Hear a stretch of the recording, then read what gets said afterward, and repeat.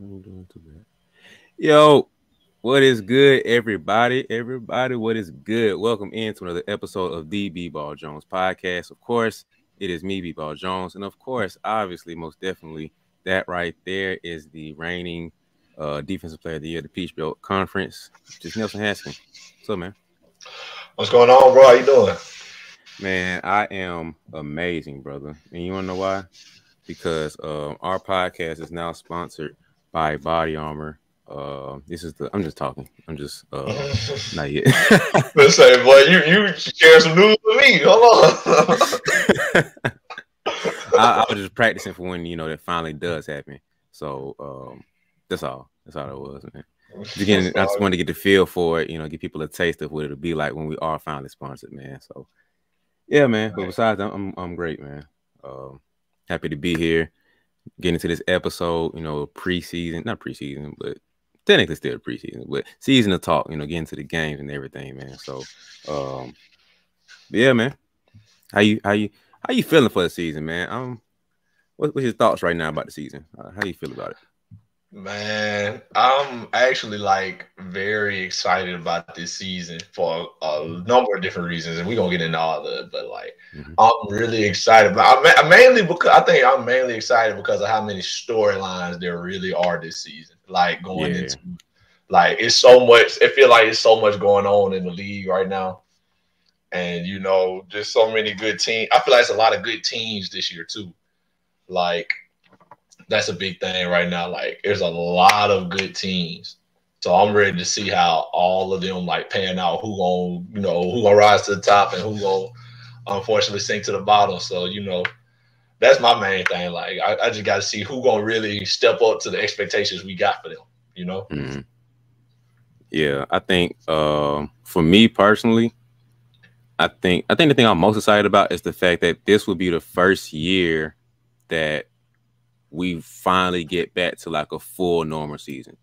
You feel me? Because 2020, that was, the most weird, awkward season because it got cut short and it ran so long and then started back up, in that delayed 2021 season. And then I still feel like we had some, lingering effects of last season. So I feel like this is the first because you had people getting injured that, had a longer effect on that. And you had the COVID testing stuff, so people in and out the lines because of that whole joint. And it's I think this will be the first full year that we don't have to be overly concerned about people out because of COVID and whatever. And people finally getting over whatever injury they had from the past 2 years. And I think this will be the first close to the normal season that we've had since before the pandemic hit and everything. So I think that's one thing I'm super excited about. And like you said too, all the storylines going along. Like you said, we're gonna get into that in a minute. And then just basketball back, man. It feels good to it's basketball season. What better season is it than basketball season? That's just what the facts are, man. So for me personally, I think that's what I'm most excited about, to finally get back to a normal season. Yeah, definitely. I understand that too. The whole Kyrie thing, him sitting out, other guys that had to sit out, the whole vaccine situation that we had early on in the year. We ain't got to worry about none of that no more. It's just hoops. Everybody team just go out there and hoop. Everybody playing every game that they want to play in as long as they healthy. And so, yeah, I definitely feel that too. It's gonna be we back to normal, hopefully. So I'm excited for that part of it too. And we ain't got to worry about nobody getting taken out for COVID protocol. Remember COVID protocol? Remember when that was a big thing? Yeah. So-and-so will not play today due to COVID protocol. We'd be like, bro, what does that even mean? Do they have COVID or not? But I'm glad all that's over, man. I'm for me too, because I remember how my season was all last year and when I'm playing here in Columbus State, all last year in 2020, man. 2020 the worst basketball season I've had in my life. Worst. Not even individually, just the way it went. The season itself was terrible. So I'm definitely glad to be back to the normal start up in October, November. We playing all the way till in the NBA till April, and then regular everybody can play as long as they want to play. So yeah, that's the best part about it. Yeah, it's just like you said, it's finally all the extra weird stuff getting out. The COVID protocol was kind of weird because it was it was like, if you're vaccinated, you got this thing. If you're not vaccinated, then you got to deal with this. And it's like so many loose ends that we saw or didn't see, and just like we didn't fully understand. Or maybe they announced it, but they ain't announced it as publicly as, to where we were aware of it. But I'm just happy to finally get back to where things are some level of normal. I don't know how normal it will be, because I just saw Bradley Beal had some type of COVID issue again. So I'm just like, hold on, bro. I thought that was kind of like, not to say COVID was done, but I kind of thought like we were kind of like past most of these protocols and sit outs and stuff, yeah. because I don't know, man. And then I think we still have to worry about Toronto. People going up there to Canada, because I know Canada's different rules as far as what we have here. So that'll be not too interesting, because we ain't like, we play half our games in Toronto. Like, it's probably 1 or 2 games for most teams, so it's not like a huge deal. But something is interesting to look at, especially if it's like a Eastern Conference thing where you got to bid for playoff position. But I think for the most part, it ain't gonna be too big of a deal, man. But it'll feel good to finally get back to the normal routine of what our season is, man. So I think for me personally, that's the biggest storyline that I'm taking into it. Facts. I think, and like nothing, I think nobody is more like affected by this than like the Brooklyn Nets. Like, with the Kyrie situation, because like it seemed like with Kyrie having to sit out, that was like the whole main like COVID like vaccine public eye. Like, everybody was on Kyrie about it, and then Kyrie made it a little worse for himself because he stepped away from the team, and he remember he went to his sister's birthday party or something. And the pictures came out, and it was just like, all right, now Kyrie, like, you already ain't vaccinated, like, and now you out here going places, doing parties and whatnot. So he had some of his own fault in that, but the main thing was, like, the main thing is he can finally play, and he can play a full season as long as he stay healthy. So there ain't gonna be no more excuses for the Nets. That's the number one thing for them. Like, so I got my teammates now up here at school. He a big Kyrie fan. Kyrie his favorite player. And every time somebody say something about Kyrie, he'd be every time somebody say something about the Nets, he'd be like, it's only because Kyrie ain't playing. He said that every time. It's only because Kyrie is playing. If Kyrie was playing, it wouldn't even be like that. It'd be this and this and this. And I'm like, well, ain't no more excuses now, my boy. So he out there. I'm ready to see it. Yeah, man. So we definitely gonna get into that. That's probably like top 3 biggest teams to look at into the season. But being historians of the game, like we talked about before, being as big a fans of the overall game, I think we would do a disservice to the game, and on multiple levels, we'd be doing a disservice by not acknowledging the passing of Bill Russell. He's a all-time NBA legend. He's a legend. He's one of the people and figures that transcend the sport of basketball, because he was a big role in the 60s for civil rights and everything, and the role that he played as far as the integration of Black people into basketball, and especially what the historic franchise of the Celtics is, and the role he played in that. That's a big loss for the NBA community, and that's a big loss for the Celtics history and that whole community and everything, but especially to the Russell family, and his friends and family, the close people around him. So just want to give some acknowledgement to him and the life that he had and the impact that he had to the game and people all around the world. So what are your thoughts about that whole ordeal with the passing of Bill Russell? Oh man, it's just the game lost one of the greats today. Not just the game, but like the world. The world lost a great one, and Bill Russell. He was one of them guys, like you said, his impact transcended basketball. It wasn't just a basketball impact. He impacted his community, like he impacted his nation with his platform. And so you can't really ask much more from a guy in his position. He used his platform to help advance the Black community, put us in better standing put us in the public eye, and just use his power for the right things, and so the game lost a great one. But Bill Russell is actually like my grandfather's like favorite player. Mm. So like I remember my granddad telling me my granddad played basketball in the Army way back when, for however that works. Uh, and he said, I remember him telling me the team that he had, he put the team together. Like he picked the guys to play and everything. And then he said he took the guys to like a local barbershop or something that had a TV. While the Celtics was playing, Bill Russell was playing. And he was like, all right, y'all, I want you to watch so-and-so. I want you to watch, I want you to watch this player. I want you to watch this player. He said, I'm Bill Russell. Like, this is how we going to play. So he made them watch the Bill Russell and the Celtics as like film, kind of. It's like, this is how we going to play. You, him, you, him, you, him. I'm Bill Russell. And he said they went like undefeated that season and everything with all the games they played. And I was like, boy, that's crazy. So I just, Bill Russell, one of them guys that like I really actually have thought about like how they play and what they do, what he's done basketball wise. And we say what we want about like, the old days and like, man, it wasn't as many teams, it wasn't as many good guys or whatever. It's not as talented, whatever, as the game today. But Bill Russell winning 10 championships is like, you win 10 championships in checkers and can't nobody tell you nothing. Yeah. So, like that, we can't take that away from him, man. He definitely one of the greats. The game gonna miss him. I'm gonna miss seeing him give the MVP trophy away at the finals. That's gonna be the one.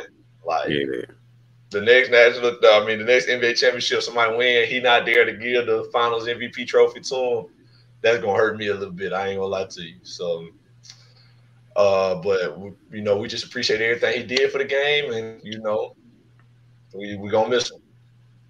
Yeah, I feel like he's he is a character too, man. Like he, off the floor, he is such a funny guy, man. Like his trash talking, antics and stuff. Mm-hmm. It was always fun to see him jump in with that, man. Like I'll never forget. I think it was like the NBA awards or whatever it was that they had. Might have been the ESPYs. I don't remember what it was, but some type of award that they had. Yeah. He was up there. I think they were presenting an award to him, but Kareem was up there. I think Shaq was up there. I think David Robinson might have been up there. Maybe 4 or 5 guys. Then he was looking at him. He was just like, I would have kicked your ass back in the day. Everybody just buzzed out laughing. What? It's like that's the mindset he had, man. It's like he still feel like, yo, y'all get the business. Like it don't matter, bro. Like y'all can get the business. I don't care, Shaq. I don't care what you're talking about, bro. I would have gave you the business back in the day. All of y'all would have got Wilt. Because they thinking about it, he went against Wilt, and he was giving Wilt problems. Like his only competition was Wilt. So it's just like, he had a valid point, man.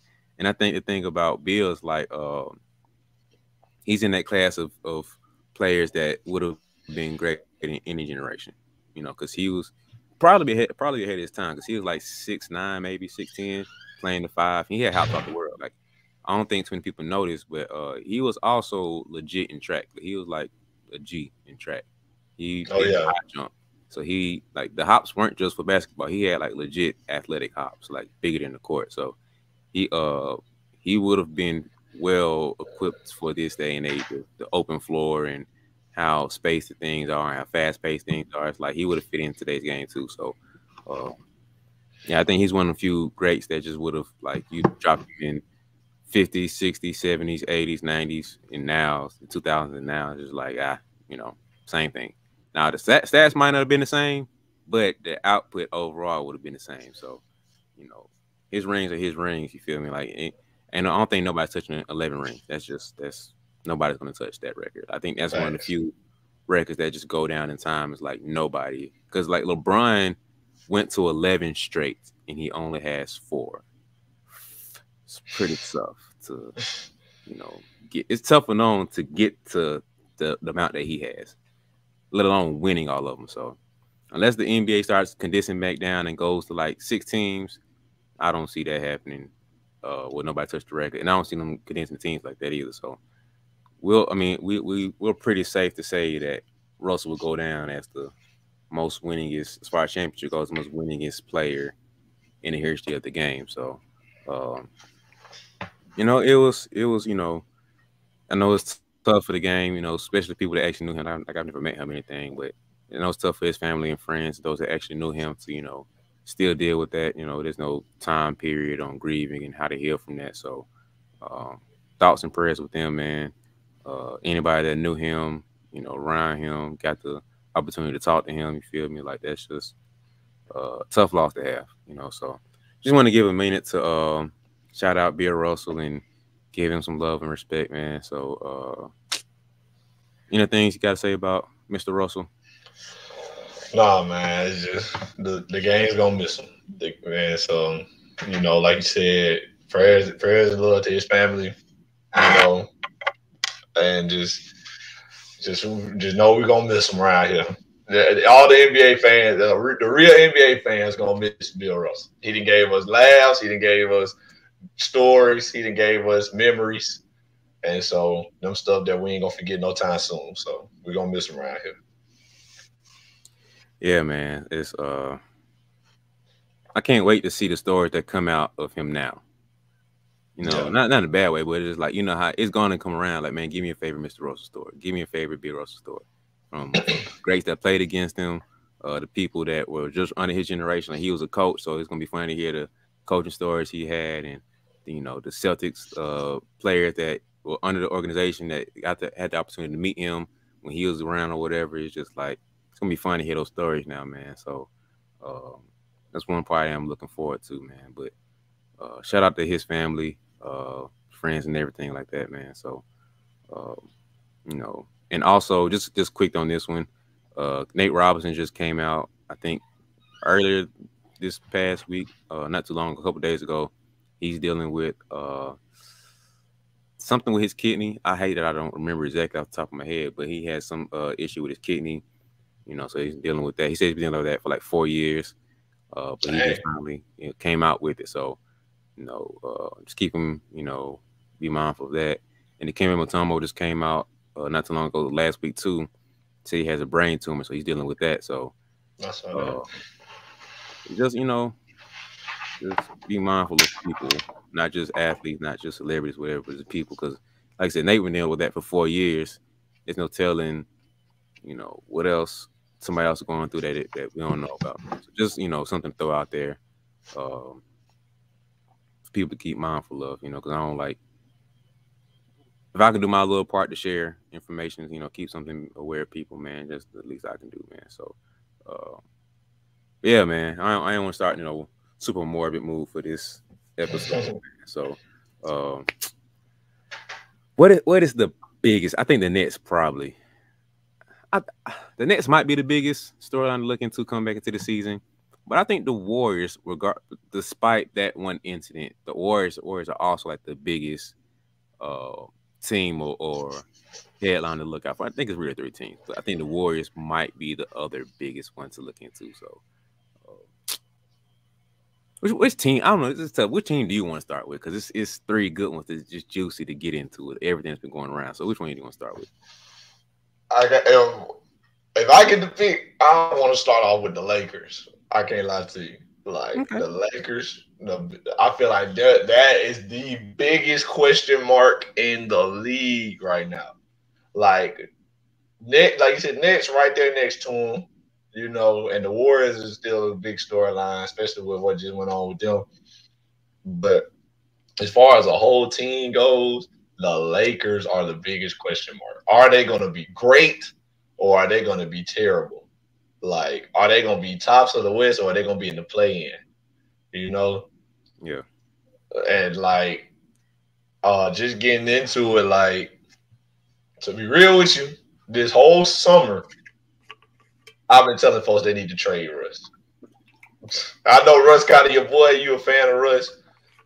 And I understand they kind of put him in some tough positions with the lineups and stuff changing all the time and everything, and AD not being healthy. Mm-hmm. But me personally, I just think they got to get rid of Russ. They got to trade him, and they're gonna have to stop holding on to them 2 draft picks. That's 4 years into the future. Like they gotta start holding on to them. Like I understand what they're concerned because they we don't want to trade our only 2 draft picks for the foreseeable future. And LeBron James probably finna retire soon, and AD might not be here like the rest of his career or whatever. I understand that, but if you ask me, you got to go ahead and take the rings while you can, while you got the opportunity. That's how I see it. You got to try to take the rings when you can. Because, y'all had Shaq and Kobe. The way I see it, y'all had Shaq and Kobe. Y'all won 3 rings. And then, Shaq left. And y'all ain't win another ring till 2009, right? Yeah. 2009. So you won 3, and then you ain't win another one for 8 years. So, now y'all just won another one in 2020. It's 2022. Finna be 2023. Go ahead and try to rack them up. Rack up the rings while you got the opportunity. You got LeBron James. You got Anthony Davis. You got Russ. It's not working out. You can trade that, though. You can trade Russ and them 2 picks and get solid pieces that will fit better around LeBron and AD. LeBron and AD already worked once. Why are y'all holding on to Russ like he just going to push y'all over the top? Y'all have already won with Bron and AD. That's how I look at it. I'm like, man, if I could make a phone call to Jeannie, I would tell her all that. Hopefully she sees the lie. Because it's like, Jeannie, what are you doing? LeBron and AD won you a championship. Ride with them until the wheels fall off. And then you can figure the rest out later. Mm-hmm. So, I don't know, man. What do you think about it? So, when Russ first came there, that was weird. When Russ first came there, my thought was interesting, pretty odd, but maybe I was just being optimistic. I don't know if I was really thinking full of basketball IQ. Maybe it was a blend of both, but I feel like it could work.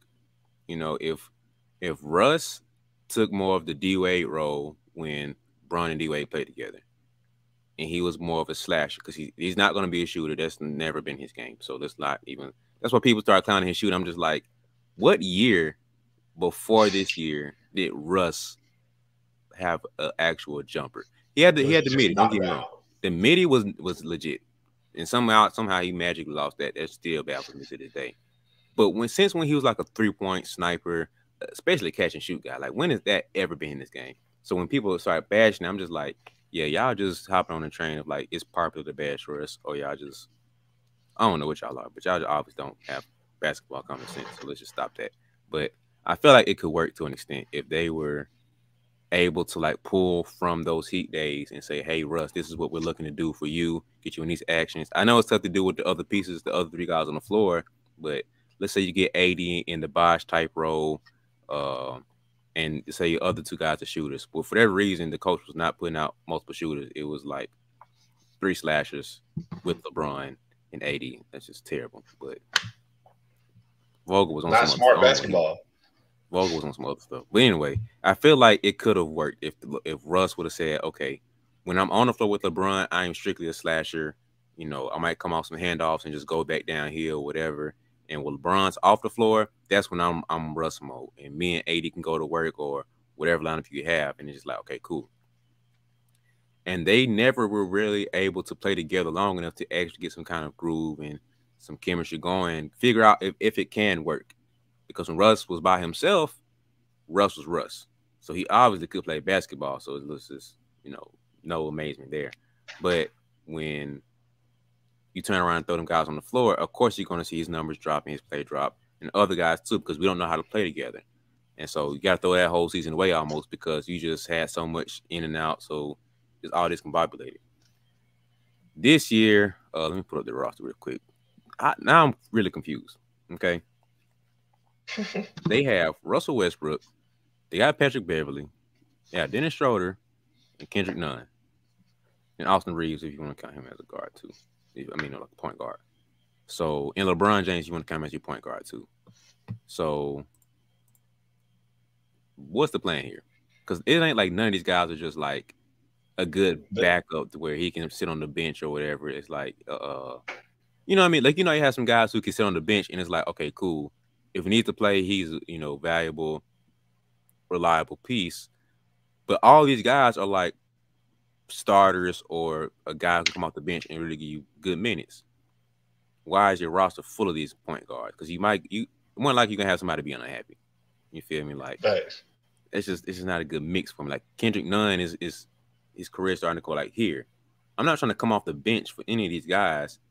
No man, not just come off the bench, but I'm not trying to like sit the bench and not play, but occasional minutes, like blowout minutes, scrub minutes, and you know, injury minutes when somebody gets hurt. Like I don't want. That's not what I'm trying to do for my career. He's too good for that. So it's just odd to see all these pieces being thrown on the roster, unless you're trying to get some package thrown together where we're shipping both of y'all, Russ and somebody else, out to get some other stuff back. But I don't see that being the case. So I think I agree that Russell has to get traded at this point. Now, where he gets traded, that's another tough thing. We have to make that offer pretty juicy because his contract's pretty big. And as much as I love him, I don't know if he gets traded to a championship winning team. I have to really sit down and look at the roster and stuff because I really have to like dig into that. But the most he does is get a team to the playoff, get a playoff team a step further. But yeah, I have to really look at the rosters. Maybe we could do another episode of that one day. But Man, gotta go. send that man to Indy. Send him to Indiana for Buddy Hield and Miles Turner and them two picks. They already been discussing it, but the Lakers don't want to give up both picks. They only want to they only want to give up one. They're trying to hold on to both of them, or at least that's what the rumors have been. Send them picks, man. Buddy Hield and Miles Turner, perfect fits. Now you talking about starring Pat Bev or Kendrick Nunn, whichever one they decide. Buddy Hield, like a proven knockdown sniper. LeBron, AD, and Miles Turner, a great defender, and AD don't got to play the five because Miles can play the five. And AD is a defender, rim protector, hustle guy. You can start Pat Bev, defender, hustle guy, and then you got knockdown shooter and Buddy Hield. You got LeBron James and Anthony Davis.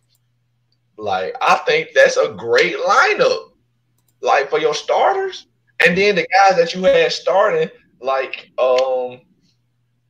they had Austin Reeves starting at one point, and then Kendrick Nunn can go to, or Kendrick Nunn and Pat Bev can trade at that one spot, and then Austin Reeves, and then the guy they had starting at the five, I can't remember his name. Those guys, they're not starters.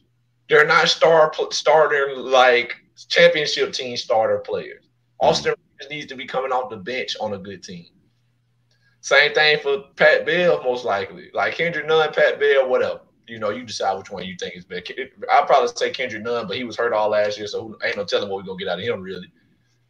And then their center, I can't even remember bro name. Like, so I'm looking at the depth chart they got. So go ahead. It's on ESPN. So they got Westbrook at the 1, Pat Bev at the 2, Lonnie Walker at the 3, LeBron at the 4, AD at the 5. Come off That's the bench. terrible. Yeah, pretty bad. So Schroeder as the backup 1, Kendrick Nunn as the backup 2, Austin Reeves at the 3, JTA, dude from the Warriors, Toscado Anderson, you know, he's the backup 4, and Damon Jones the backup 5. The other pieces they have is Thomas Bryant, Wenyen Gabriel, and Troy Brown Jr. Yeah, that's it for the roster. So yeah, you basically have a whole lot of small guards, and you don't have a true big. Damon Jones is the biggest guy besides AD. So, and he not a real like 5-man, like a solid 5-man. That's what I'm saying, man. If they were to trade Russ and them picks and get Buddy Hield and Miles Turner, you talking about start? I guess they'll start Pat Bev at the 1, Buddy Hield at 2, LeBron at 3, AD at the 4, Miles Turner at the 5. Now you got Reeves coming off the bench. You got Schroeder and Nunn coming off the bench. You got Damian Jones coming off the bench. Like, you got a solid 5 with a couple solid pieces coming off the bench. That give you the best opportunity to win a championship. Not these three slashers and LeBron James and AD. Mm-hmm. Like that, like they gotta go and bite the bullet. Like, okay, I understand you want to kind of save something for the future, but people not gonna care about that in the future if you win some championships now. And I understand you're not guaranteed the championship if you make the trade, obviously, but you need to give yourself the best opportunity. You just missed the playoffs. God forbid you keep rush the whole season and you miss the playoffs again. Mm. Like now you talking about wasting the last few good years that you had LeBron James. Like, don't do that, dog. Like, that's nothing to me. Don't do that. Don't do that to the people. You know, don't waste the last few years of LeBron James we gonna have. You know what I'm saying? Like we had Kobe. Kobe last few years wasted. He just was playing good basketball. He was playing Kobe basketball, but they were losing, not making no playoffs. And then his last game, he pulled out one of his Mamba performances and dropped a 60 ball. His last game. But don't let, like, we luckily we had the opportunity to give Kobe his flowers because he had announced that he was going to retire. So it became like a Kobe farewell tour. That was the whole season, a Kobe farewell tour. Mm-hmm. Don't let that be Bron. Like, please. Like, it don't gotta be Bron. Bron still hooping.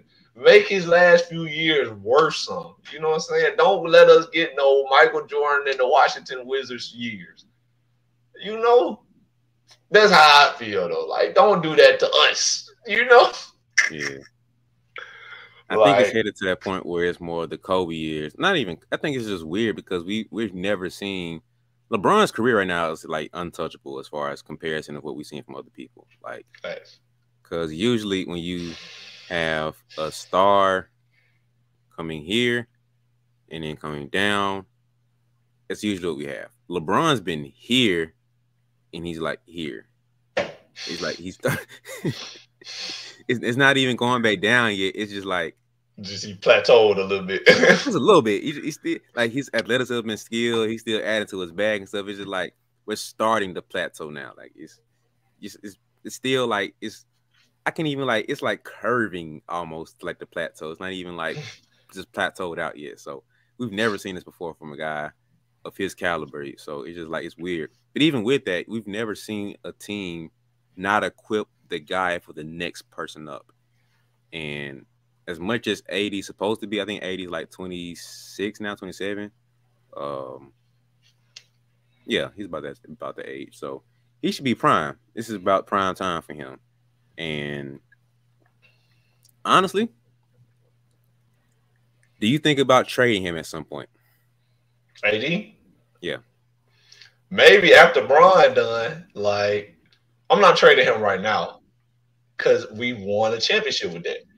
But after Bron retires, I give him like a season, if he's still a Laker, obviously. I don't know how his contract set up or whatever.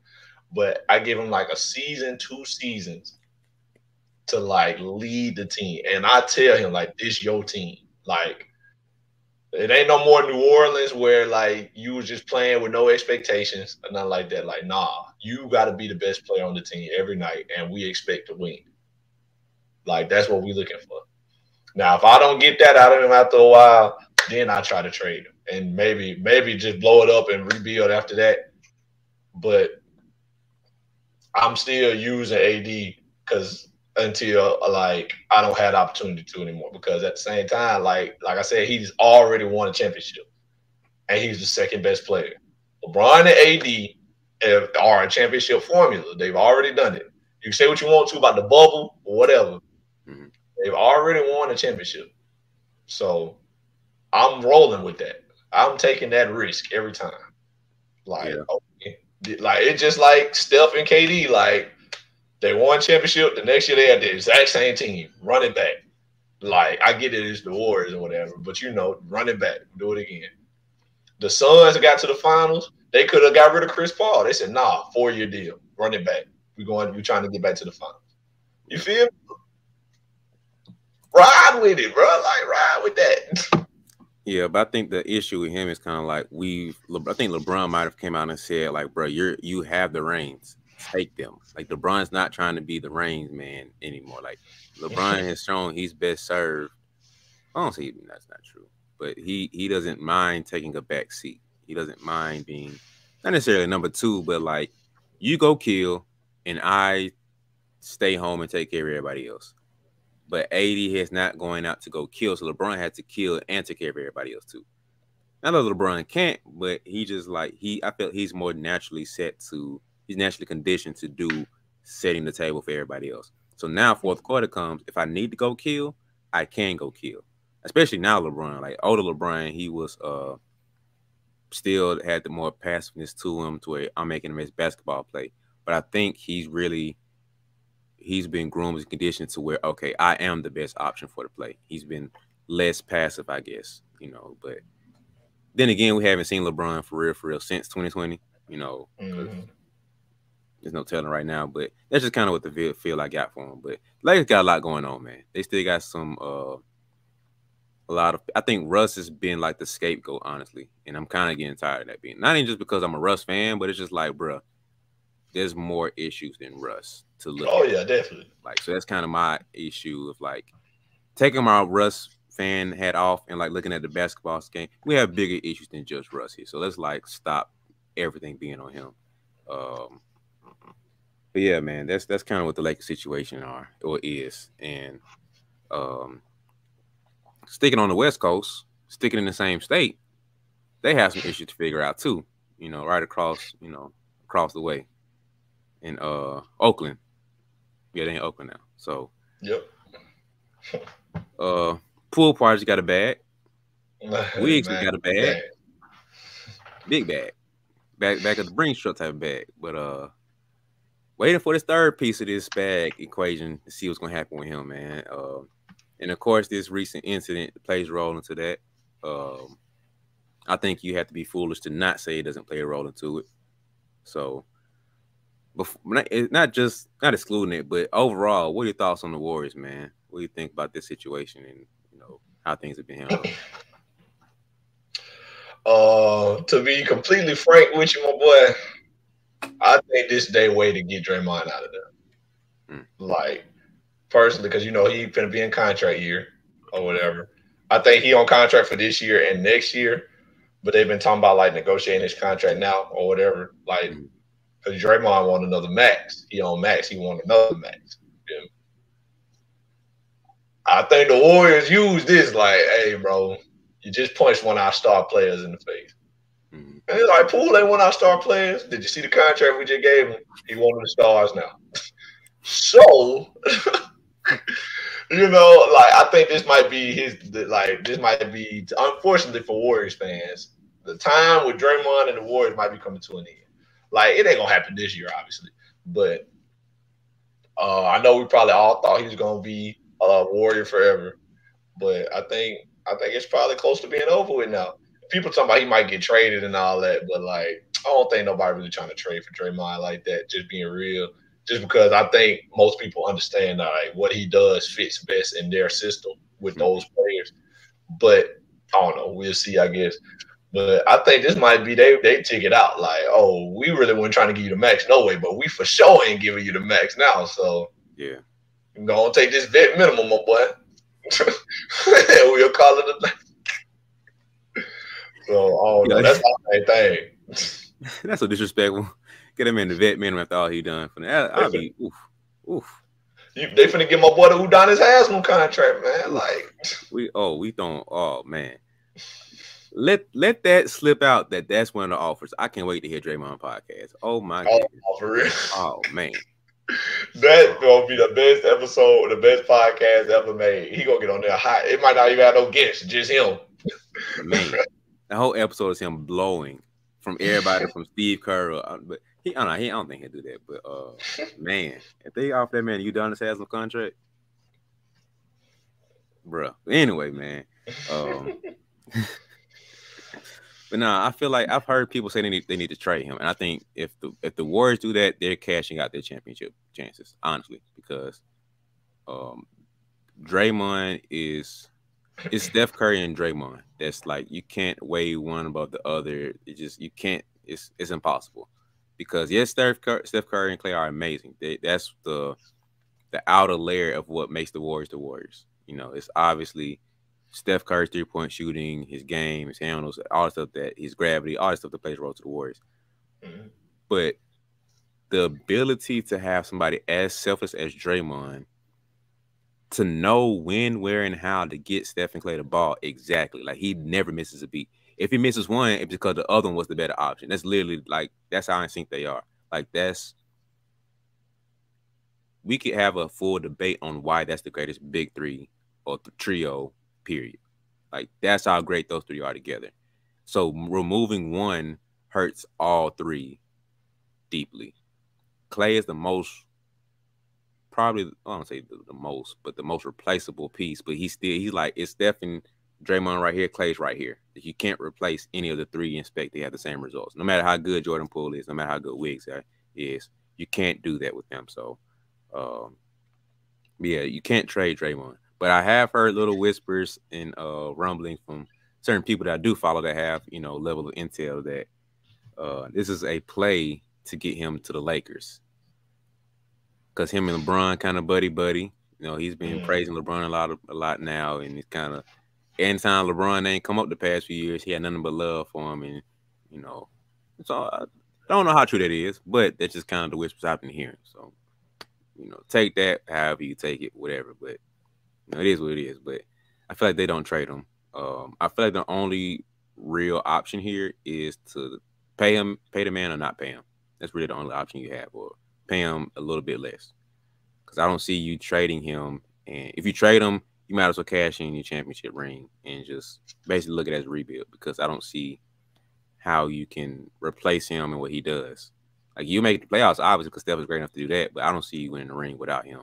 Because who's defending as well as he does, communicating, get everybody involved, and offensively getting everybody in the right space. Like you can't replace what Draymond does. That's why Draymond has the accolades and respect that he does have, because you can't replace him. You try to replicate the Warriors, you can replace Steph Curry and Clay to an extent. You have two great shooters, cool. You can't replace Draymond and what he brings to the team. He's so valuable. So the Warriors are in an interesting spot right now, man. My personal thought, I think they do pay him. They come to some type of agreement where maybe it's not as much. You might not get the max, but it definitely ain't some Udonis Haslam contract. That's disrespectful. That's funny. But No, yeah, I was just joking about that. But like they definitely can't give my boy the max now. And I can't lie, if that is true. Like this all just a play to get to LA. If I'm gonna say this, if the Lakers trade for Draymond Green, that's it. Like I ain't watching no more Lakers games. I'm gonna watch the game where LeBron break Kareem record, and then I ain't watching nothing else. because Because you remember when he said, he was like, if I'm sorry, bro, but if LeBron, whenever game LeBron ends up breaking his Kareem record, I will skip the game. If we have a game, and I'm skipping my game, and I'm gonna go fly to see him play to break the record. I don't care what's going on. Obviously, it's not true. He's not gonna do that. But people kind of like looking back at it now, kind of like, oh, you don't have to miss the game, bro, because you're gonna be on the sideline as his teammate watching him. Like, hey, well, I think he just might for real go do that. Like go to he said, I'm going to watch history be made or whatever. And so he might just do that. But yeah, if they trade for Draymond, especially if they trade Russ for Draymond, like and nah. the draft picks or something, man, oh my god. You talking about a lineup of LeBron, Draymond Green, Anthony Davis. Defense probably great.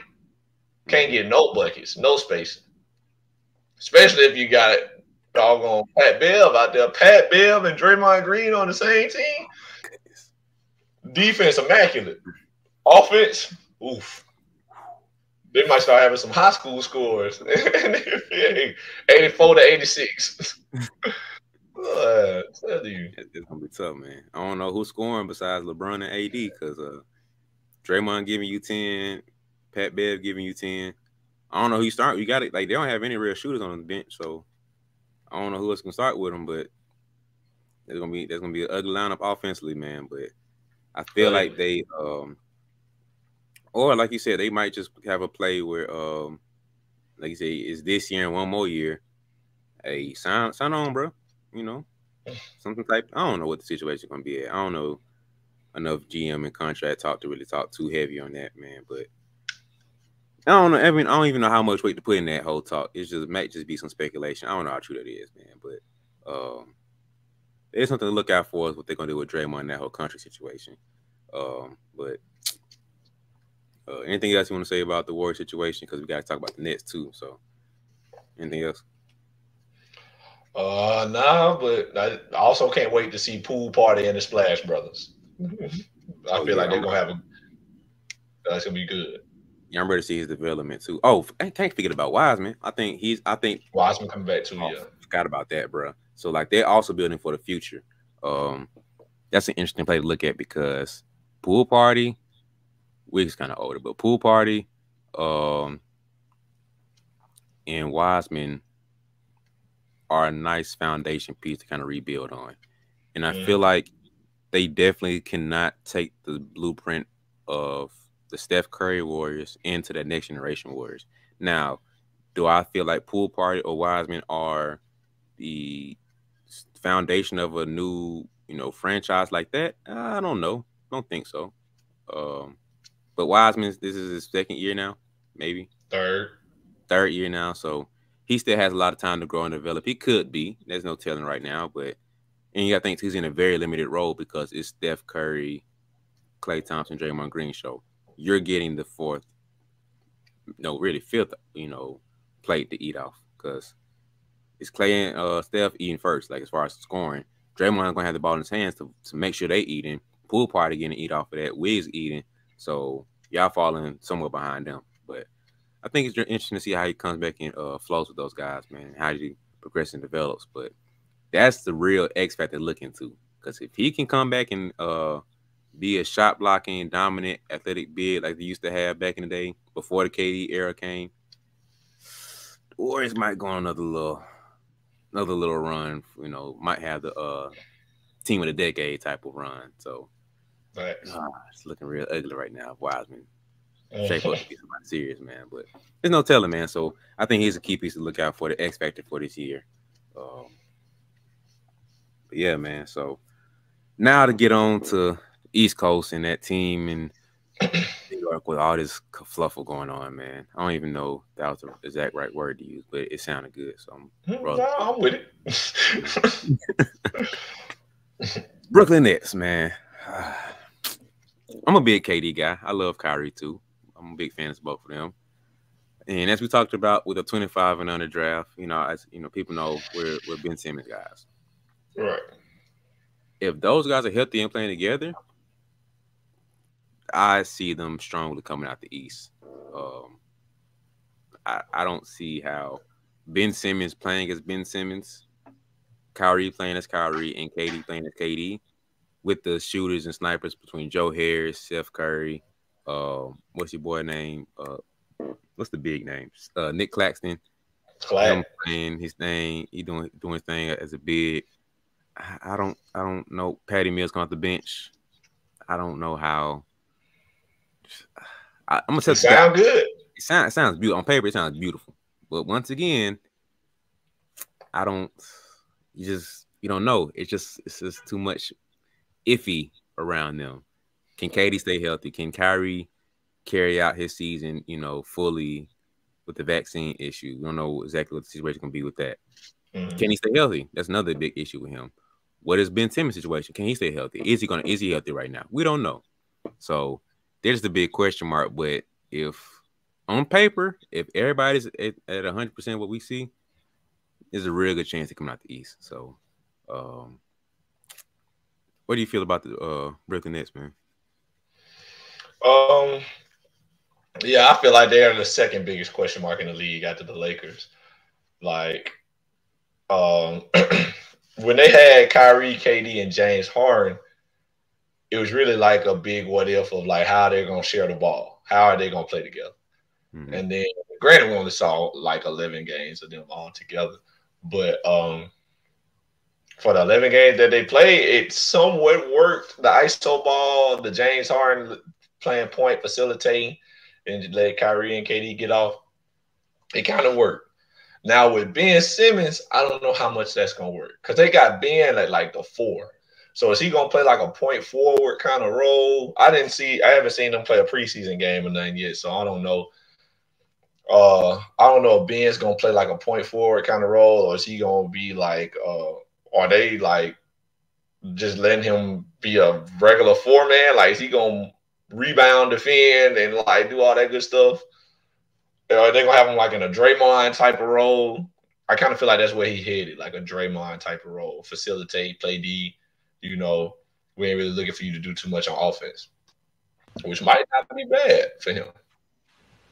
So I don't know about Ben's role on the team yet, but I do think Kyrie and KD still gonna get off. They're gonna do their thing. Can't do nothing about them two, really. But I think the X factor really is number one is Joe Harris gonna make a shot because Joe Harris is a great shooter. Like we all know this, but when it came down to it, Joe Harris did not help them in the playoffs. Did not help. So is Joe Harris gonna make a shot? That's one. Two, is Ben Simmons going to stay healthy? Or all three of them really, are they going to stay healthy and actually get time together, playing together, chemistry develop? And then who going to play point guard? I think that's the biggest question. Who's going to handle the ball? Who's going to facilitate? Because all of them honestly ain't going to be able to score. Ben ain't a big scorer like that, no way. But who's going to play point guard? Because who going to run this offense and look for other people more than themselves? You know what I'm saying? Yeah. So I think that's the biggest thing. Because like we can say what we want about being in a Draymond role. It doesn't work if Steph Curry ain't unselfish. Because Steph, as great as he is, he could be selfish. He could just want the ball 24/7. Steph moving without the ball. So other people got the ball in their hand. Now, do we expect to get it? Of course. But they looking for him. So he moving without the ball. That's not Kyrie and KD game. They need the ball in their hand. So I think Steven Jackson said it too. He said, "Why all KD getting everything out the mud, everything ISOs and stuff like that? Why he ain't getting no pin downs? Why he ain't getting no like? Why he ain't running no plays to get him open?" He was kind of getting on Steve Nash's case about that when he said it. He was like, "Why everything KD get out the mud? He just ISO and facing up whatever. He just getting there, getting all these points off pure talent. They not setting him up for nothing. That's why they need a point guard." So I don't know. We'll see how they work it out. I think they are going to be a solid team. Probably middle of the pack in the East, though. If I had to like guess, they probably going to be like 4th, 5th seed. But come playoff time, I ain't gonna lie, I'd be scared to play them. I'd hate to play them in the playoffs. They one of them teams. They might not be number 1 or number 2, but you sure don't want to get matched up with them. Yeah. So that's how I see them too. Yeah, I see them at. Maybe it's just my vision of it, but I see them having a remix version of the Warriors offense where the reason I say that because it is not going to be like the freelancing, free-flowing offense that we saw before. The ball will stop and be clogged up. Not necessarily clogged up, but the ball we stopped more with their offense because you have more prominently ball-dominant guys between Kyrie and KD. And it's not a bad thing, but like I said, it'll be a remix of it because, of course, not exactly line for line, bar for bar, but Steph Curry will be Kyrie, Clay will be KD, and Draymond will be Ben Simmons. So Ben Simmons will be the Draymond role where he's the quote-unquote point forward, point guard, whatever. Really just facilitating the offense. So besides KD and Kyrie, I'm making sure when Joe Harris comes off a pin down, a curl, whatever, I can hit him. I'm hitting Claxton off the lobs, whatever. If I'm them, I'm taking that little play that Draymond has when him and Steph come off DHO, he'll slip it sometimes. Then they have the Iggy sometimes will be in that spot, but the dunker spot where a big come over and he has the option to go finish. He can float it or he can lob it. And it's like that's one of the Warriors, one of the top 3 Warriors unstoppable plays that they have. If I'm Nash, I'm stealing that one from the playbook, brother, because you have the exact same option with either KD or Kyrie with being in the Draymond spot. You throw it DHO. He can slip it if he needs to. Then you have Claxton coming off there. If you can have KD coming off there. Let's see what's on their roster. You can have Claxton coming off, maybe TJ Warren or KD coming off that dunker spot. And if Cam Thomas plays, maybe you can put him off there, and Markieff Morris if he plays or not. But you can have all those options off that lob spot, and that's an easy. Like, how do you stop that? So, at the DHO, you sticking KD or Kyrie, or maybe Patty Mills or Steph Curry, like you sticking them, All right, cool. That leaves Ben open, and Ben's running to the goal. So now you sticking him, or you going with the big off the lob. How you gonna play that? So it's kind of not as lethal, but it's still very dangerous as the Warriors lineup. So that's one play I'm definitely stealing from them. If I'm Steve Nash, They it's definitely need to copycat be league. They need to. So facts. copycat league, you better copy the right cat and know where they put it in. So if I'm Nash, I'm definitely like Kerr. Um, you know the play, bro. See if you can stop it. That's basically all I'm gonna say. So yeah, I think it can work, man. They just have to. And Kyrie's been known to be a selfish guy, but we saw him playing with LeBron, and we saw him play with KD and James Harden take a lesser role with not as lesser, but just the ball being in his hands less. Like he's obviously willing to do that. So now just about does it make sense with Ben Simmons there? That's the only real question here, in my Mm-hmm. opinion. So I think it can work, and it just has to make sense with the play calling. So it's really falling on Steve Nash's lap to make sure everything blends together to where it's not too much ISO with Katie and Kyrie, and it's not too much of off-ball movement and too much freelance. Because you still want to maximize the superpower that Katie and Kyrie have of getting a bucket. So I think it's the first year, not maybe not the first year, but a year we can finally sit down and like really Steve Nash, who and what are you as a coach? Because he had a roster, he got switched and changed to this roster, and James was here, and James was left. They were injury prone and this and that. He's supposed to have Ben, and Ben doesn't come and play. And this is the roster we have. I think they have Steph Curry out a little bit for the season opener, somebody else missing for the season opener. But besides that, I think everybody's relatively healthy and full roster at his disposal. So now, how are you going to coach his team? What's up with your coaching now? Because it's hard to coach when you don't have all your weapons here. You feel me? So I think it might be the first year, maybe the first. I have to look at it closer, but the first year we can fully judge and critique Steve Nash because it's hard to coach. I mean, that's part of the game too to deal with the adjustments and everything, but uh, it's still tough to be like championship or bust when you don't have all your weapons at this display. So this might be the first year we can judge him and critique him, but I feel like if they do adopt some level of the Warriors offense and they're able to mesh and blend together, because I think they want Ben there and Ben wants to be there. So they're going to figure out how to make it work if long as possible. So um, just about being patient. You know, my thing is give a team at least 20 games to really kind of get the feel and flow together. But with everything been going on there, like you said, that's probably the biggest, second biggest question mark in the league. They're probably going to be thrown in the fire. Oh, it was game one. Oh, they're terrible. They messed up the season. Facts. Like, come on, bro. One game, like, especially if they're playing championship caliber team like the Warriors, Lakers, something. Like, come on, bro. Like, or the Bucks or something like that. Come on, bro. Let's be for real. Like, but anyway, man. The Warriors, not the Warriors, and that's already a big question mark, but I feel like they're a good caliber team to reckon with. Like you said, I think they're probably top four in the East coming out. But like you said, this playoff time, especially if they clicking, everybody healthy. That's a tough task, you know, especially if everybody's healthy and they playing the game. But we said that last year, we got them boys about there. So I don't know what the heck happened last year, but hey, I ain't mad about it. You know? I know you. But and then Nets fans were kind of trying to blame him like they ain't got no chemistry, they ain't got this. Kyrie only played half the season, and I was like, man, when you got Kyrie and KD, you win the game now. Like at least one. Like, come on, bro. You KD win by a himself. game. KD by himself can win you a game. Kyrie by himself can win. So that's 2 games you can win. That's 2 winnable games. Them coming together, come on, that's another win right there. So that should have been a 6-game, 7-game series. You to get swept. And I'm gonna tell this fan, so I'm not complaining. But as a basketball fan, it's like, What's not clicking? But no, it definitely was bad. I was like, yo. And then especially like the first 2 games, KD was just looking like a shell of himself. Mars stars. Like it was bad. But I had 12 points the first game. I want to say game 1, yeah, he had 12 points.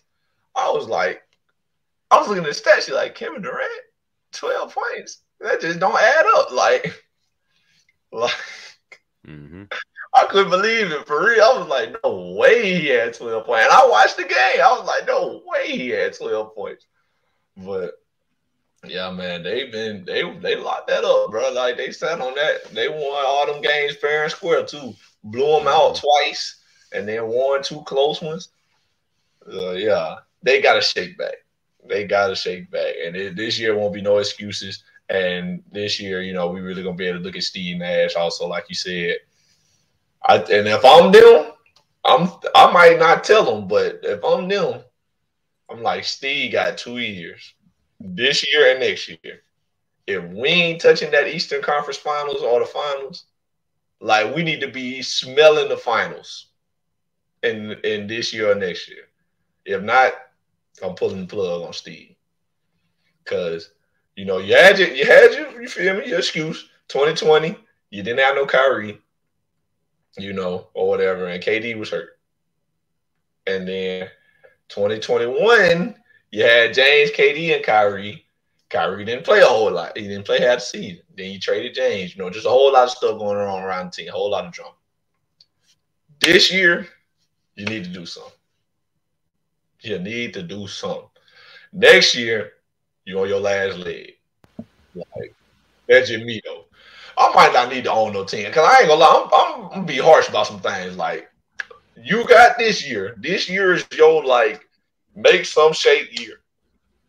Next year, you're going to be, your feet going to be to the fire. We're going to put some pressure on you. Like, hey, if we ain't smelling them finals, and we got the two top 20 players in the league, 3 if you count Ben for some people. Ben might be top 30, whatever you want to say. All on our team, we need to be touching the finals or close. Now, we get put out Eastern Conference Finals by the Milwaukee Bucks or something. That's cool. I can live with that. Getting swept in the first round, cannot live with it. Yeah. We're going to see what happens this year. I do have high expectations for them, though. I think they're going to have a good year. I think like I said, I think they're going to be middle of the pack as long, in the East and as far as rankings go. But playoff time come, I expect big things out of them too, especially. So we'll see. Yeah. Like, and my rule of thumb with coaches is 3 to 4 years. Like, no matter what you're given, you have a grace period. You have a guilt-free 3 to 4 years where we'll take what you got. I don't care what position we at. I don't care what franchise organization. 3 to 4 years minimum. Now you get extended by having Steve Nash situation. 2020 really off year. Kyrie situation, no James Harden situation, and Kyrie being in and out the lineup. KD was out a little bit too. All right, cool. Last season, Kyrie in and out. All right, cool. Got you. Whatever. So that's kind of all 1 year for you. I gave them 3 years or 2 years. All that's pushed together as one. This is year 2. Okay, this is what we're winding down to. Next year is year 3. So now is kind of go time. If we underperforming by the expectations we set by whatever, like you said, Eastern Conference Finals, like if we ain't getting put out by the championship caliber team at that level, okay, what we looking at, Steve? Mr. Nash, what are we doing here, fam? So, but I don't know. That's kind of my rule of thumb with coaches and that whole ordeal, man. But I think the Nets got some potential this year. I'm looking more optimistic this year. I feel like they'll be healthier and everything, and they'll figure out something to make it work. But don't just give them 2 games and be like, "Oh, Nets suck." They trade everybody, fire Nash. Like, come on, bro. Like, don't beat them people. But that's kind of how I feel about the situation, man. So, I'm gonna give us a quick opportunity for us to fan out. All right, so you can go first, man. Milwaukee Bucks. What you feel about them, man? Number 1 in the East. Number 1 in the East. Not taking none less. Number 1 in the East. I think the Bucks number 1 in the East. I think Sixers probably number 2. And then maybe Miami. But if we just sticking with the Bucks, number 1 in the East. I ain't going no lower than 2. I feel like that's accurate. I think they're top 3 for sure. top three out of the East. A sneaky pickup that y'all had is Joe Ingles. I don't think Facts. Joe Ingles gets talked about enough as a big pickup for y'all. But then again, I ain't listening to all the stuff like that. But Joe Ingles is a very, very, very solid pickup for y'all. Because what hurt y'all so much last year was Chris Middleton being out, and y'all didn't have a second option. Well, Joe Ingles can be that second option and gladly be the third option or fourth option, and he can pick up however he needs him to. He's that flexible of a scoring piece. So of course Giannis is the go-to. He's the guy. Just no duh. But Chris is the option as far as half court sets more, predominantly. So Chris hits the ball, do what you do. Say Chris gets hurt or Chris on the bench. Okay, Drew and Joe, y'all figure something out between both of y'all. There's no reason why both of y'all can't deliver me 20 points, 25 points. There's no reason why between the both of you, I don't care if it's Drew giving me 10 and Joe giving me 15. No, let's say 10 and 10. So Drew giving me 10, Joe giving me 10, and then y'all combine for assist to give me the last couple points. There's no reason why I can't rely on both of you guys to give me 20 to 25 points. There's no reason why. So Brook Lopez, you can give me another 15, 20, whatever, So if Joe comes in and does his thing and he's healthy, that's a very, very sneaky, solid pickup for y'all. So Scary team. Oh man, because y'all already, had the depth and everything y'all crazy to look at, but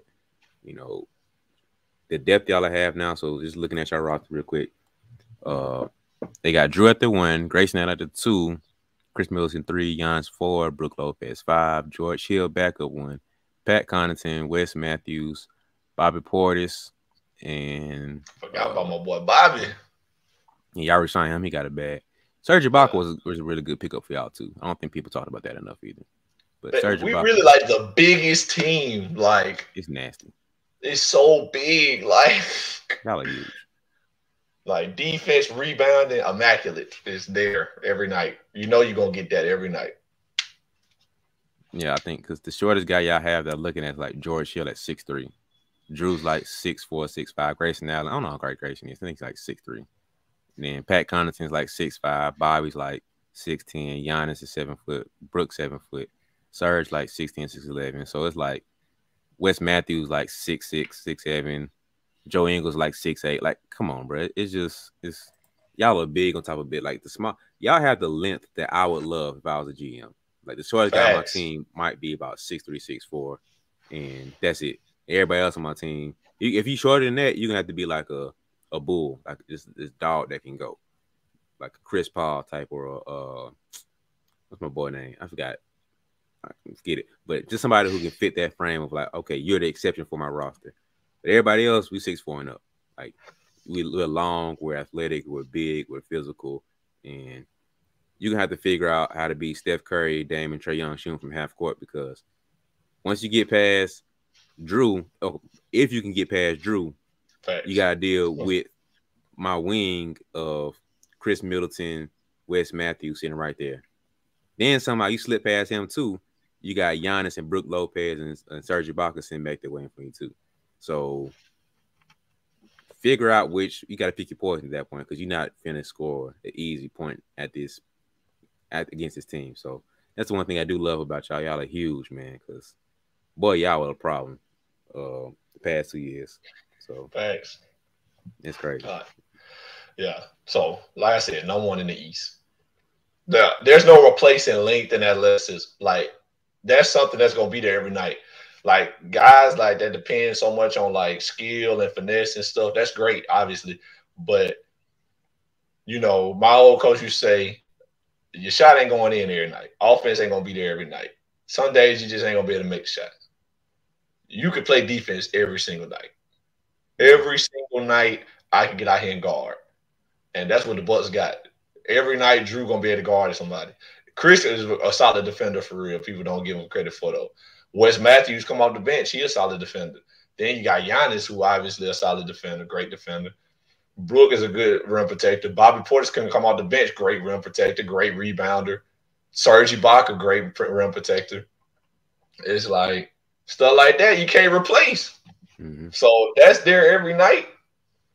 It's hard to beat them, especially you talking about going to the playoffs, beating them 4 times, and you got a team. You got a team that's gonna grind it out on defense every night out. That's hard to beat 4 times. You know, because like I said, sometimes that shot ain't going in. Yeah. They ain't worried about it. Bobby gonna go ahead and get in there and get that board though. He gonna make this layup off that board.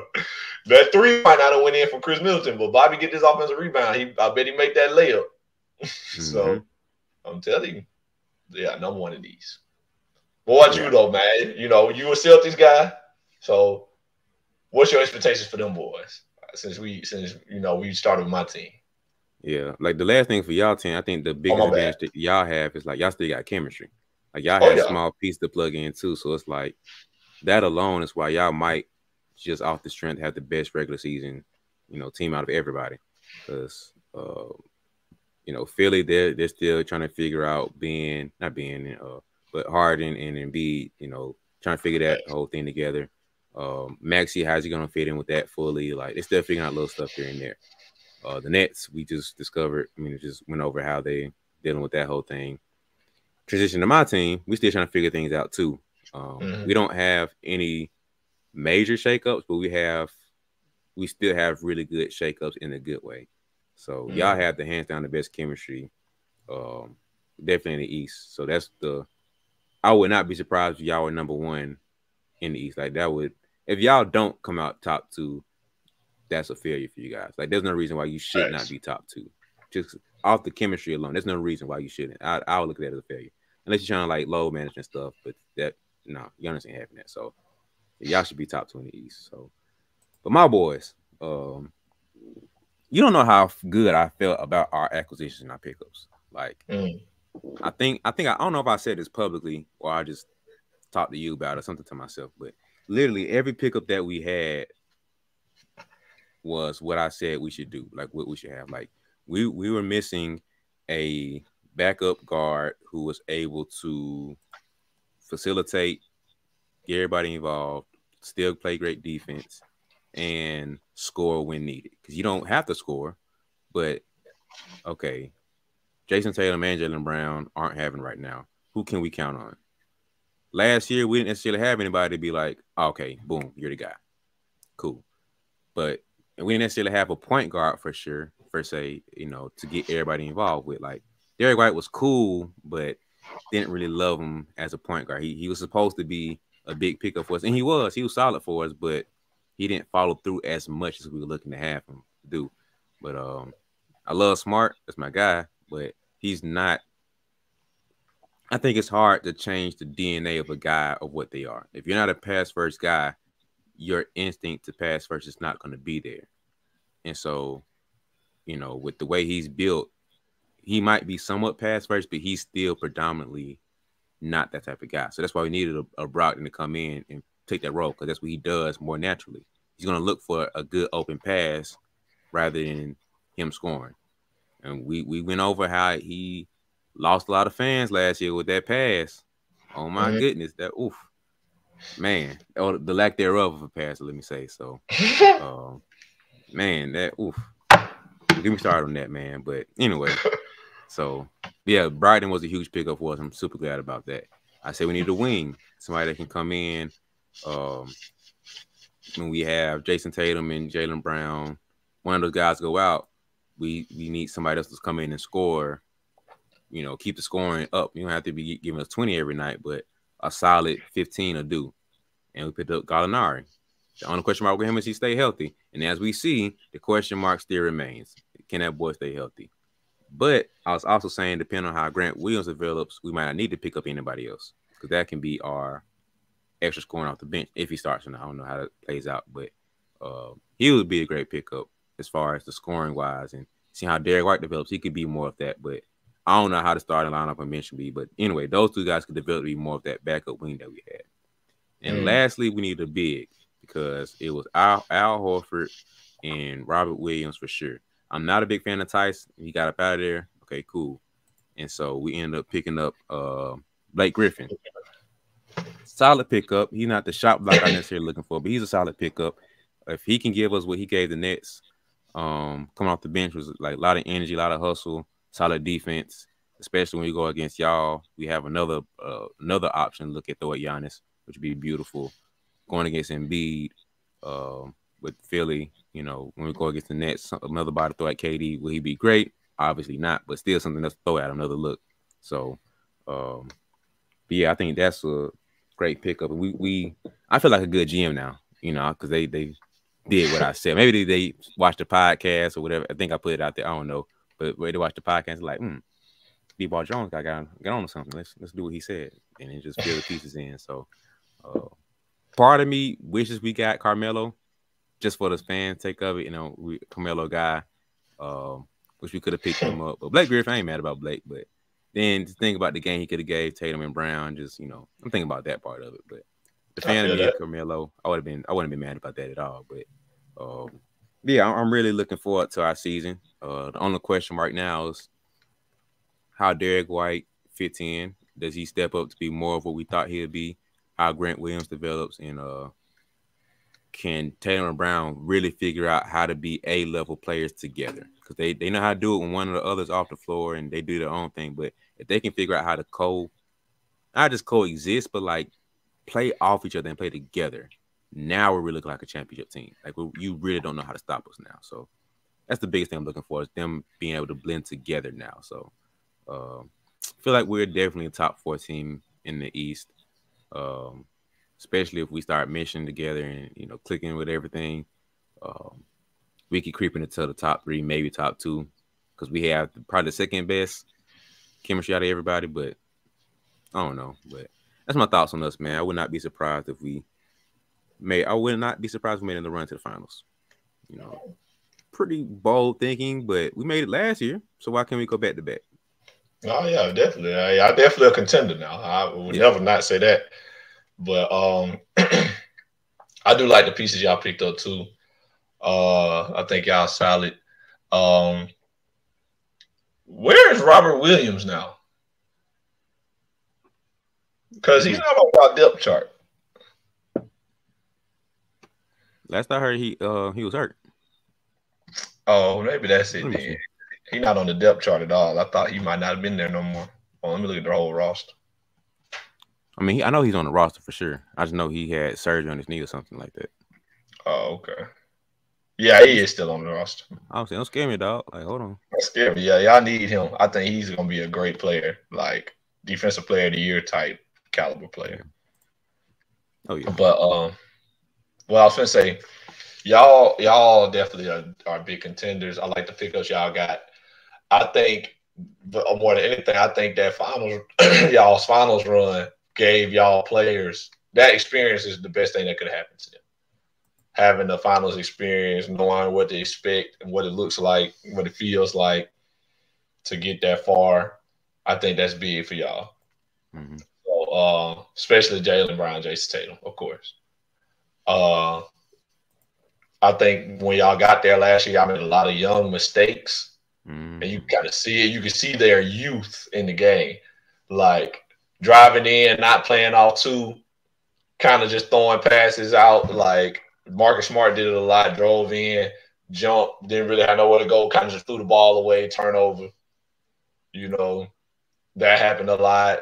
Had a game where Steph Curry just was getting open, like multiple times in a row. Not even on some hit some touch stuff. Like they ran the offense wide open. They're right, like just messed up coverages, stuff like that. I think that was good for them, though. That experience is going to be good for them in the long run. So now they know what to expect. They know how it feels. I think they'll be better for it. So, yeah, if they made it to the finals again, I wouldn't be surprised. And I think a lot of people kind of expect a big jump from Jason Tatum, like MVP caliber kind of year from him. So we'll see how he does. I do think he's going to be better this year than he was last year. So I think it's going to be good. So, yeah, y'all are definitely a team to be watching, especially with Brogdon now. I think that gives y'all another look, a different dynamic, outside of Smart.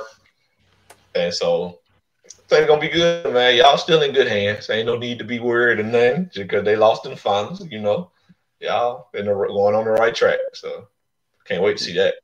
Oh yeah, I'm excited, man. But I think the only two other teams who really need to, well, the main two other teams need to look at is the Heat, because you can't ever count the Heat out. Like, No. never. That's just the way the Heat are. And I think this team is becoming a new version of the Heat, which is the Raptors. Like, for Mm, whatever reason, the Raptors, they started with the Kawhi year, honestly. I hate to just say that because this counts what Kyle Lowry and DeMar DeRozan did, but it started the yeah. Kawhi year because the Heat function as a group in a system. So star player, no star player, we function and play as this. The Raptors have become that team to where we play as this, and we're not looking for any outlier superstar type of talent. That's where the Heat roll. That's where the Spurs roll. The Warriors were like that, and it's like this is the way we play. This is how we function, whatever. And so the Raptors don't have any, like Siakam. I'm not looking for him to be. People start to try to throw the crown at him as being the guy, but I never fully saw that from him. Scotty Barnes may develop to be the guy, but Van Fleet is really looking most likely like the guy for the team per se. Yeah. Um, OG's a solid piece. I love Gary Trent Jr. I love his game, man. He's solid. Otto Porter Jr. come off the bench. Um, you got Purchase off the bench. He's a solid player too. But Solid Scotty young Barnes, core. yeah, they got really good, solid young guys, man. But I'm excited to see how Scotty Barnes develops and what he does. And then the Heat, I can't forget about Philly too. Don't forget about them. But the Heat are also a team to really look into because they got, the same crew they've had the past few years. And I think the biggest thing that they have now is a healthy Victor Oladipo. That'll be the amazing piece for them. And then the rookie they signed with Jokic. I want to see how he develops and what he can do for them if he plays this year. But I think Victor Oladipo is a really, really, really solid move for them, depending on how he does, man. But can't Yeah. ever count out Philly. I mean, not Philly. Can't ever count out Miami. Can't count out Toronto. Those are other two sneaky teams. I don't know if the Heat necessarily sneaky, but I think they're not as splashy of a team still to count out or count in. So, um, those teams I'm also looking and peeking around the corner at. Of course, like as a Celtics fan, I'm looking at y'all, looking at Philly, I'm looking at the Nets, obviously. Mm. Then like I'm right here looking at y'all. But the Heat, all right. Now I thought the Heat in there too. I'm looking at all four of y'all, just like, okay, what y'all up to? Raptors, I'm like, okay, just peek over real quick. What y'all doing? All right, cool. They still over To see what y'all roster looking like. Y'all, all right, y'all won. All right, y'all top five. Shoosh. All right, just there. that's the type of thing I'm looking at for Oh. them, man. So, there's other little teams I'm looking at too, but not as serious. They just doing like a side eye look at y'all. So, Mm. but those are the top four. It's like y'all got my full attention out the East. Raptors, y'all kind of like let's wait and see, kind of see where y'all vibing at. But those are the primarily four that as a Celtic fan looking at y'all, man. So, um, yeah, that's kind of what I feel about that whole situation, man. But ain't no telling. Yeah, I think it's gonna be tough. It's like I said at the beginning. There's so many good teams. Like, and you kind of cheer them out. It's like it's a couple great teams, like a couple like championship contenders. Like you just point out, and be like, yeah, that they got championship aspirations. But there are so many good teams. And I think that's gonna be great. And so like you kind of named them out in the East, so I go out west. Like, you got your Warriors, who was a championship contender, obviously. You never know about the Suns. They kind of been trying to figure it out, but they made their finals run already once. Hey, ain't no telling they'll do it again with the core they still got. They still got the same core they had since they made that finals run. So you can't never count them out. Mm-hmm. So you still got the Suns. Then you still got Luka and them over there in Dallas and the Mavericks. Can't count him out. Never know when he might just take off and get his team through over the hump. He ain't doing nothing but getting older, getting better.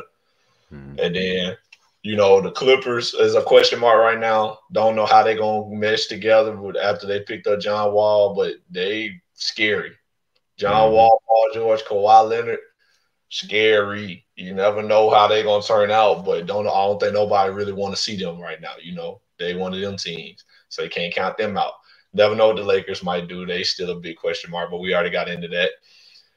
And then the newest biggest question mark on the block, the doggone Minnesota Timberwolves. It's Mm-hmm. like, man, who knows what they gonna do with the team they got? They team crazy a little bit. If Yeah. you think on paper it's crazy, but like you just don't even know how it's gonna work out. So it's a big question mark with Ant-Man and Rudy and Cat. You know, it's an odd little team, but like you Mm-hmm. never know. They could go crazy and be number one, number two in the West, or they could just be like same old Minnesota Timberwolves barely making the playoffs. So you never Mm-hmm. know. And then last but not least, you know, Ja and them Grizzlies.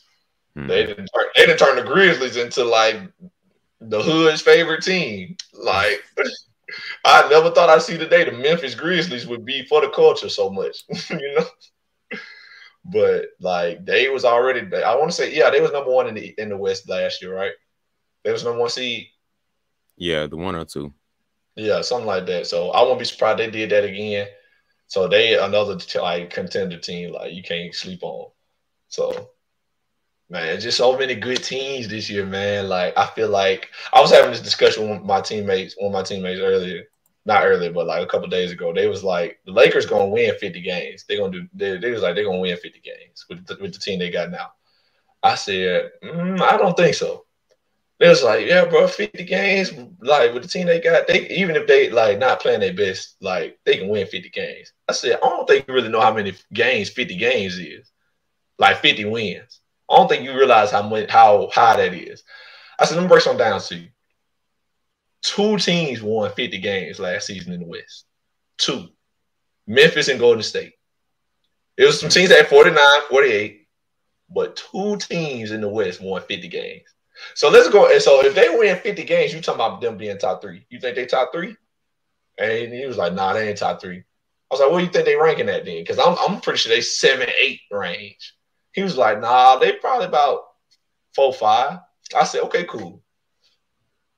Fourth, like let's go ahead and break down playoff teams then. Let's go ahead and rattle out the teams that made the playoffs last year, which the Lakers did not. I said Dallas, Memphis, Warriors, Phoenix, who else did I say? Then not the Clippers. Nuggets. Huh? Nuggets. Nuggets. Nuggets gonna definitely be in there. Clippers definitely gonna be in there this year.